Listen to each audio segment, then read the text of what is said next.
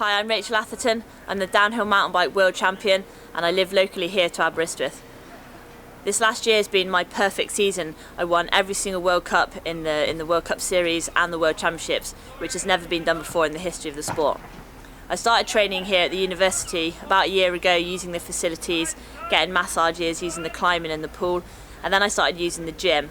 And here today we're just opening the new gym. The new facilities have been installed, and I can tell you that I'm so excited. You know, training in a university gym is kind of a new thing for me. We normally train at on our team gym, which is, you know, it's great, but been in the sort of public gym and having that sort of motivation, you know, seeing other people working out and having that kind of support from everybody here is really great. And I think the new facilities are amazing. You know, they've got everything that you need. The things that I'm really excited about are the sort of machines that allow you to lift a lot of weight on your own, you know, so if you haven't got a trainer or a partner with you, you can safely lift a lot of weight, don't have to worry about sort of dropping that weight or hurting yourself.